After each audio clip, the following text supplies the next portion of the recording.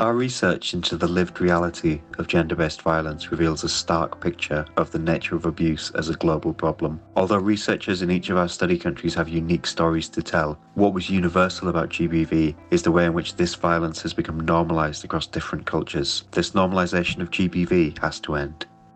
In India, our data demonstrates that women from different locations experience different types of abuse. Stories about the abuse women have faced and the obstacles they have overcome need to be shared in the media to counter the normalised narrative of gender-based violence.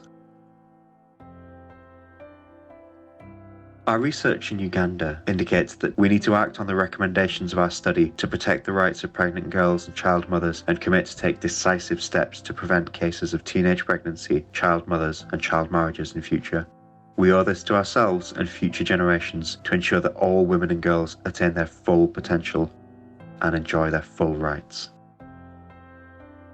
Our research in Jamaica reveals that child sexual abuse often happens as a result of negative cultural perceptions and myths which normalise child sexual abuse.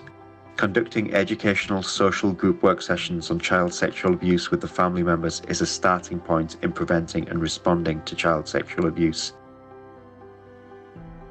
Our research in the UK suggests that the normalisation of violence and, linked to this, rigid understandings of masculinity are two of the main contributing factors behind men committing violence within intimate partner relationships. Teaching of consent needs to be mandatory within the educational curriculum. Teachers should be trained and confident to deliver, and a change in terminology is required to ensure that systemic violence and abuse moves from the private domain into the public arena. It is a public health and child welfare issue.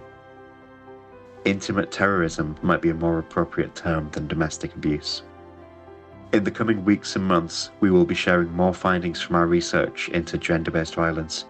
Follow None in 3 on social media to learn more about our work.